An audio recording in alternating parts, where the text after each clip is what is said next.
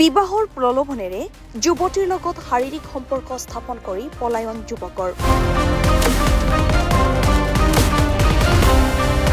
উক্ত ঘটনাক কেন্দ্ৰ কৰি বঙাইগাঁও জিলাৰ অভয়াপুৰীত উত্তপ্ত পৰিস্থিতি।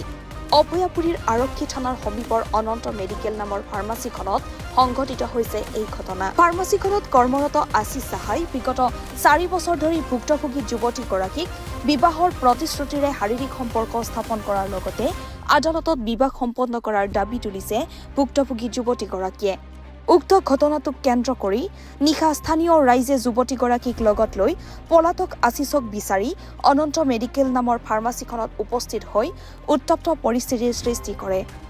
ঘটনাস্থলীত অভয়াপুৰী আৰক্ষী উপস্থিত হৈ পৰিস্থিতি নিয়ন্ত্ৰণ কৰাৰ লগতে ভুক্তভোগী যুৱতীগৰাকীক আৰক্ষী থানালৈ লৈ আনে। কাম কৰে আশিষ সাহা, সি মোক আজি 4 বছৰ ধৰি মোৰ ভালপোৱা কি কৰি আছে আৰু মোৰ লগত বিয়াৰ কৰ্ট মেৰেজ কৰিছে, দুবাৰকৈ এবচনো কৰিলে। তাৰপিছত সি নিজে গোটেইখিনি ডক্টৰ এতিয়া বহাই সি নিজে কৰিলে।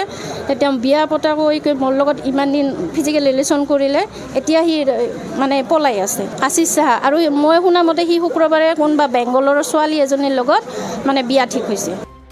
নিউজ ডেস্ক ৰিপৰ্ট, দি নৰ্থ ইষ্ট।